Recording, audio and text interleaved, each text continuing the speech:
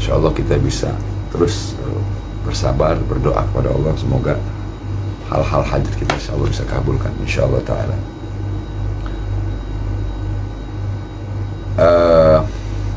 Makna tidak akan menolak qadha melainkan doa, tidak akan menolak qadha dengan selain doa, ini dalil bahwa Allah Ta'ala menolak bala dengan berdoa atas ketetapan qadha hambanya. Dan ini masalah khilafiyah, jadi banyak perbedaan di antara ulama, itu ada bahasan tersendiri ya. Yang jelas kita lakukan aja berdoa selalu kepada Allah Ta'ala. Kemudian makna yang di bawah adalah tidak akan menambah, la yazidul umur, tidak bertambah umur, panjang umur. Ya Allah minta panjang umur kecuali dengan kebaikan, albir. Jadi kita kalau ingin panjang umur, ya banyak buat kebaikan, karena kebaikan itulah yang membuat orang senang dan gembira. Kebaikan itulah yang akan menambahkan umur, karena ini orang bermanfaat kepada orang lain. Karena juga dalam satu hadis, khairun nas ma yanfa'ul nas, sebaik orang adalah orang yang bermanfaat pada orang lain.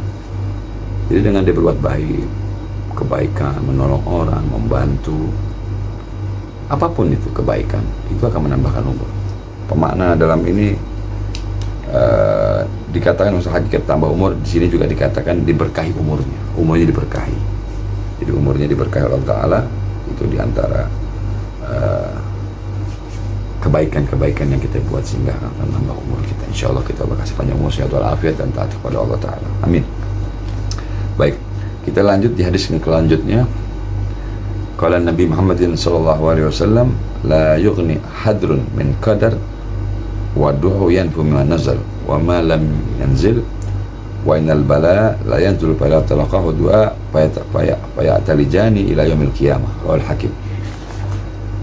Ini menarik, Nabi menyebutkan bahwa kewaspadaanmu ya tidak ada gunanya dalam hari takdir. Kita waspada nih, jangan sampai sakit. Kita jaga-jaga nih makanan, jangan sampai sakit. Hati-hati kita jangan sampai sakit. Itu nggak ada manfaat. Kita nabung nih, nanti suatu saat kita akan, kalau nggak kita miskin. Itu nggak ada manfaat, baik maupun buruk, manfaat ataupun yang tidak, yang mudarat. Artinya bukan kita berhati-hati, tetap kita berhati-hati, tetapi jangan kita sepenuhnya selalu ke situ. Kita percayakan semua kepada Allah Ta'ala. Nah, apa solusinya kata Rasul? Doalah yang berguna untuk mengantisipasi musibah. Gitu. Seperti ada doa tuh, ada dalam doa, Allahumma inni a'udzubika minal faqr. Allah, ya Allah, aku berlindung dari kefakiran, kesulitan, kefakiran, miskin, taab, susah. Allahumma inni, aku berlindung. Itu doa. Allahumma a'udzubika minal faqr. Aku berlindung dari kefakiran.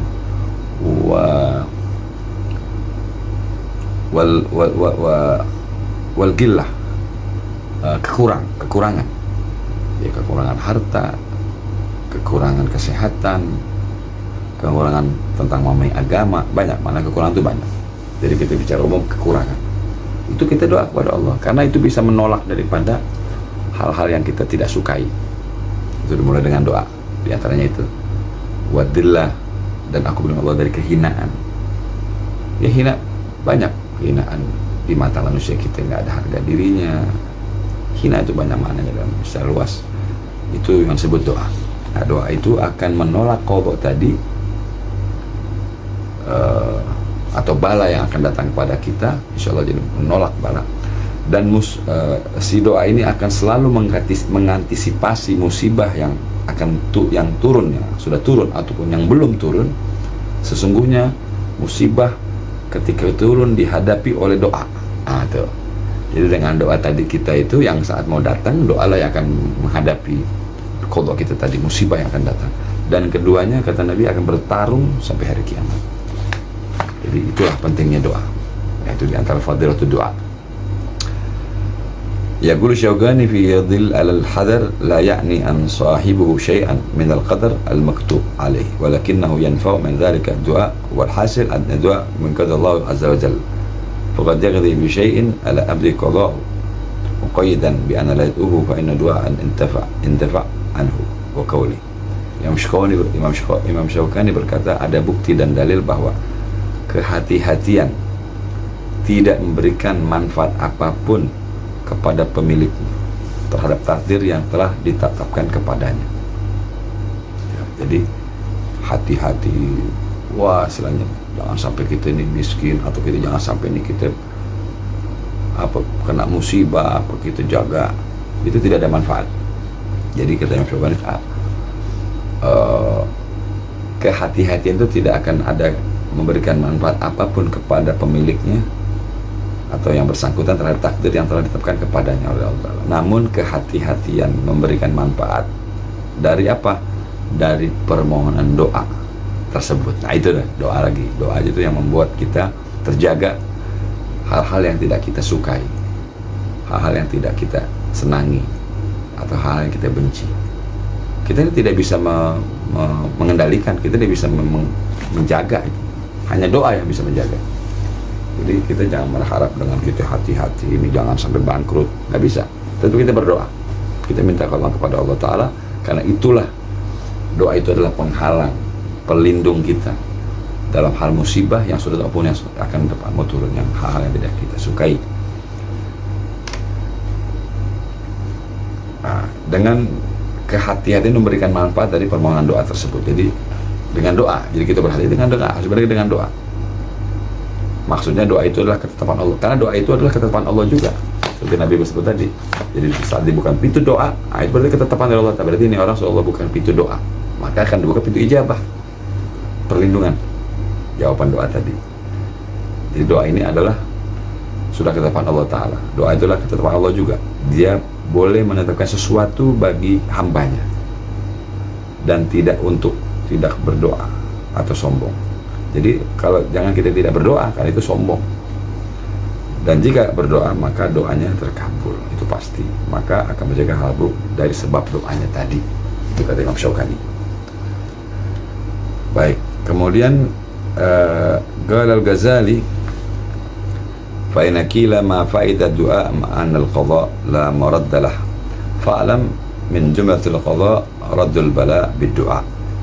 Fa inna du'a sabab raddul bala وجود الرحمة، كما أن البذر سبب لخروج النبات من الأرض، كما أن الثرث ينفع السهم، كذلك الدعاء يرد البلاء. Imam Ghazali menjelaskan bahwa apa manfaatnya berdoa ketika datang qadha bersamaan, apakah bisa mencegah bala tersebut dengan doa itu? Itu pertanyaan yang mesti dijawab, kata Imam Ghazali. Maka ketahuilah bahwa dari jumlah qadha atau ketentuan bisa menolak bala dengan doa. Ya, dengan doa itu dia akan menolak, karena doa sebab tertolaknya bala, dan didapati dalam doa tersebut akan mendapatkan rahmat dari Allah Ta'ala, seperti penaburan biji di tanah yang menumbuhkan tanaman. Ya kan, biji ditanam dia akan bertumbuh di dalam tanah. Atau roda gigi menggerakkan anak panah, begitu juga dengan doa bisa menolak bala. Jadi perumpamaan doa itu seperti anak panah yang akan menembak bala yang akan datang. Insya Allah kita dimudahkan dalam berdoa kepada Allah dengan tulus, dengan hadirnya hati, dengan betul-betul kita minta kepada Allah, berharap sepenuhnya. Kita merasa tidak mampu apa-apa, insya Allah manfaat. Baik. Wa yadkhulu fil qadar bila syak al-ikhtiyar az-zawjah wa anu maktubun inda Allah Ta'ala mundul azali, lakin al-mar'u mutalib syar'an يأخذ الأسباب التي جعل الله مؤتية الاختيار الزوجة الصالحة، كما في الحديث الشريف قال رسول صلى الله عليه وسلم تنكح المرأة لأربع: لمالها ولحسابها وجمالها ودينها، فادفر بذات الدين تربت يدك. متفق عليه والله أعلم. Contoh dan juga masuk dalam takdir tanpa ada keraguan dalam pilihan istri. Nah, pilihan istri contohnya, bahwa sesungguhnya tertulis insya Allah sejak azali sudah ada termaktub. Akan tetapi seseorang permintaan syariat diambil dari sebab musababnya. Nabi mengajarkan mengenai istri, calon istri itu sebab musabab. Seseorang itu diambil dari syariat kita. Tentu kita belajar agama ya, dalam mengambil sesuatu ilmu. Ini bagaimana saya, Pak Ustadz, Pak Kiai, Pak Habib untuk mencari istri. Nabi mengajarkan bila kamu cari istri, cari dari 4 perkara atau dari 4 kelebihan. Yang pertama Nabi sebut lima liha, perempuan yang ada hartanya, atau wanita kaya, atau wanita yang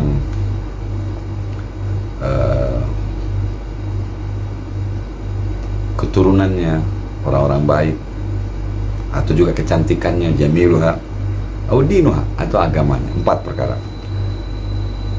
Nah, tapi dianjurkan kamu memegang kepada agamanya, karena dengan kamu pegang pada perempuan dari agamanya, maka kamu akan memperoleh kebahagiaan. Itu jelas. Ya kalau kita milih perempuan dari hartanya, ya berarti kita ingin kekayaan, dan kekayaan tersebut nggak menjamin keselamatan juga, kebahagiaan juga.